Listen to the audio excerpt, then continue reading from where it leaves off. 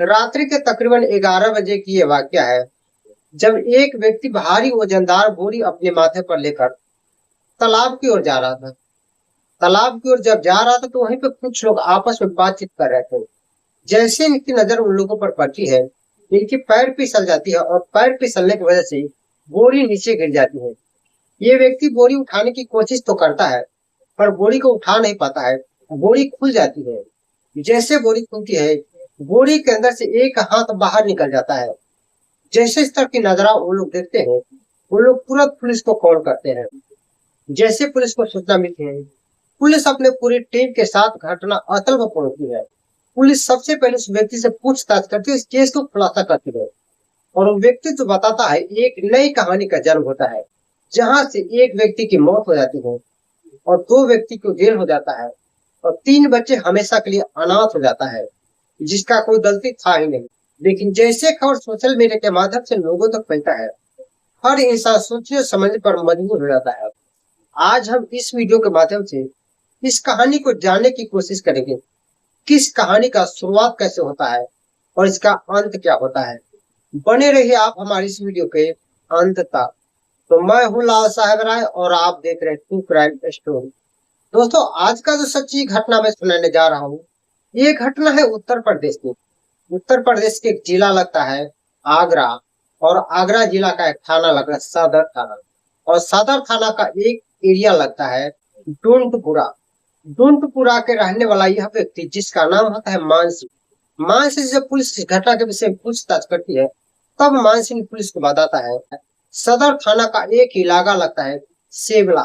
सेवला का रहने वाला एक व्यक्ति सिंह, जिसका नाम होता है मंजय सिंह।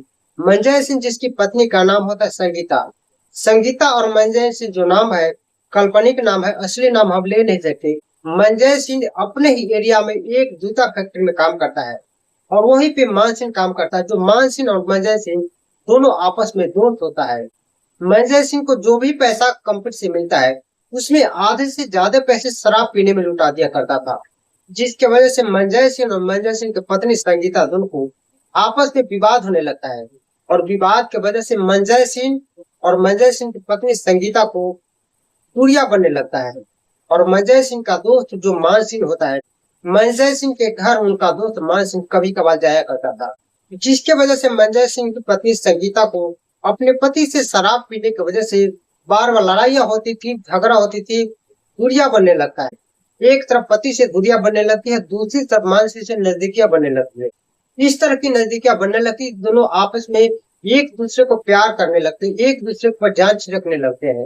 मंजय सिंह जब भी कंपनी में ड्यूटी करने के लिए चला जाता था, तो मंजय सिंह का जो दोस्त होता है मान सिंह इसके घर आया करता था, इसके पत्नी के साथ वक्त बिताया करता था, समय बिताया करता था और फिर वापस वहां जाया करता था। लेकिन जैसे गांव वालों को माध्यम से जानकारी मंजय सिंह को पता चलता है, तो तुम्हारे न रहने पर तुम्हारा दोस्त तुम्हारे घर आता है, तब मंजय सिंह को कहीं न कहीं इस बात के लिए बुरा लगता है और ये बात सीधी अपनी पत्नी से पूछ लेता है। पत्नी से पूछा, जब पत्नी से पूछा तो पत्नी सिर्फ इनकार ही नहीं करती, बल्कि पत्नी अपने पति के ऊपर गुस्से में लाल हो जाती है, भला बुरा कहने लगती है। लेकिन पति मंजय सिंह को इस बात का कोई पुख्ता सबूत नहीं था, इसलिए मंजय सिंह इस बात के लिए चुप हो जाता, चुप लगा देता है।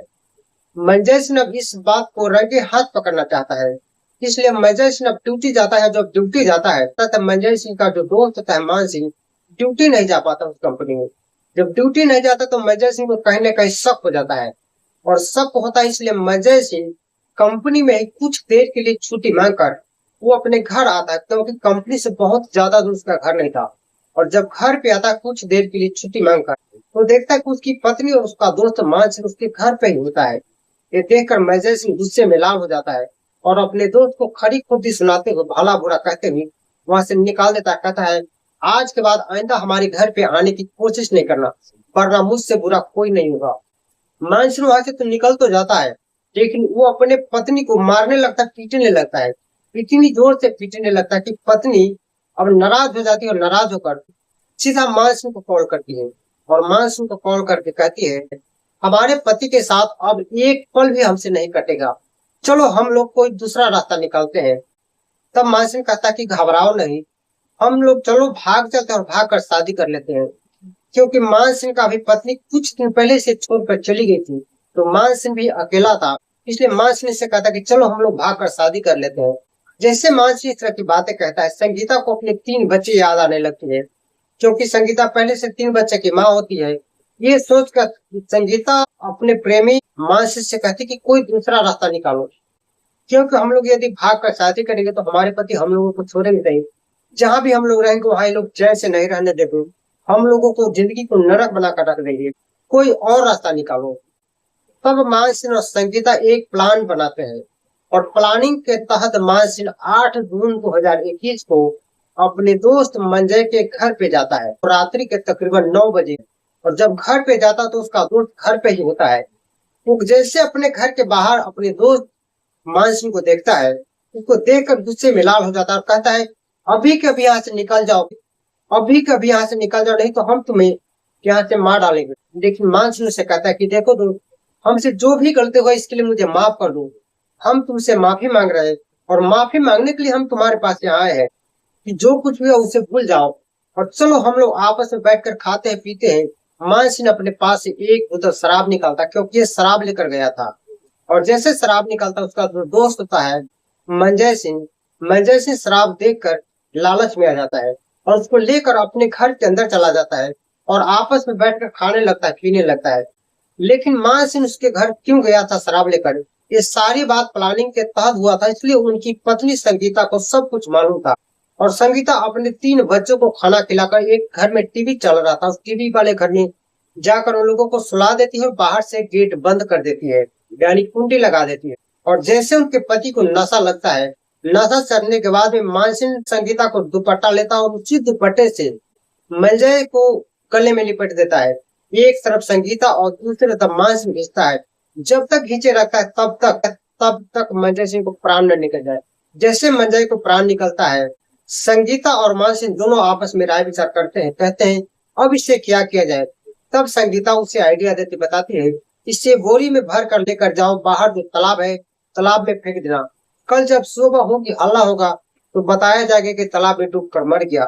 तभी मानसिंह डेड बॉडी को रात्रि के 11 बजे लेकर तालाब में फेंकने जा रहा था। वहां पर कुछ लोग मौजूद थे, जिसके वजह से इनका पैर फिसलता है, और पैर फिसलने की वजह से बोरी का मुंह खुलता है और हाथ जब निकलता है तो वहां पर जो मौजूद लोग थे वो पुलिस को कॉल कर देता है।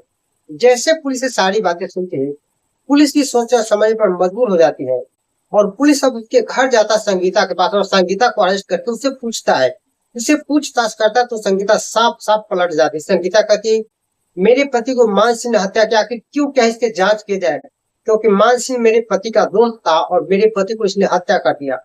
जैसे इस तक की बात संगीता पुलिस से बताती है, पुलिस समझ नहीं पा रहा कि सच्चाई क्या है, गलत क्या है, इसलिए पुलिस को संगीता को अरेस्ट करने के लिए कोई भी सबूत नहीं था, क्योंकि संगीता अपने आप को बचने के लिए मानसिंह को ऊपर पूरे से पूरे इल्जाम लगा देती है।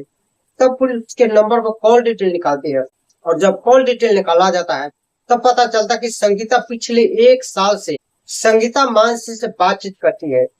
तब पुलिस संगीता और मानसिंह दोनों को अरेस्ट करके अगले दिन कोर्ट में पेश करती है, जहां से इन लोगों को जेल भेज दिया जाता है। और जब जेल भेजा जाता तो संगीता का बड़ा बेटा, जिसका उम्र लगभग 8 साल होता है, 8 साल का बेटा उससे मिलने के लिए जेल में जब जाता है तो माँ फुट फुट कर रोने लगती, बताती बेटा किसी तरह से किसी भी तकलीफ से मुझे यहाँ से निकलवा दो, क्योंकि मेरा दम घुटा जा रहा है, जेल के अंदर अब रहना हमारे लिए बहुत मुश्किल हो गया है, मैंने बहुत बड़ा गलती किया। तो देख सकते महिला की एक छोटी सी गलती से उनका पूरा घर परिवार उजड़ गया, पति जो इस दुनिया को छोड़कर चला गया, वो खुद जो अपने आप को जेल में सजा काट रही है, और 3 बच्चे जिनके सर से माँ बाप का छाया छूट गया, यानी अनाथ हो गया, जिनका कोई दोष ही नहीं था। तो दोस्तों, इस पूरे घटनाक्रम को सुनाने का मेरा उद्देश्य ये नहीं है किसी को परेशान करना, किसी को दिल दुखाना, बल्कि आपको सचेत करना, आपको जागरूक करना। किसी भी स्थिति और किसी भी परिस्थिति में अवैध संबंध के चक्कर में बिल्कुल ना पड़े। अवैध संबंध का जो इंजाम होता है बहुत भयानक होता है, बहुत बुरा होता है, जिसमें आपका हंसता खेलता परिवार बर्बादी के कगार पे जा सकता है। बाकी इस विषय में आप क्या सोचते हैं, अपना राय हमें कमेंट बॉक्स में जरूर बताइएगा। वीडियो अच्छा लगा तो लाइक करें, चैनल पर नए हैं तो चैनल को सब्सक्राइब और दोस्तों में शेयर अवश्य कर दिया करें। फिर मिलते हैं किसी नेक्स्ट वीडियो में, तब तक के लिए अपना ख्याल अवश्य रखें।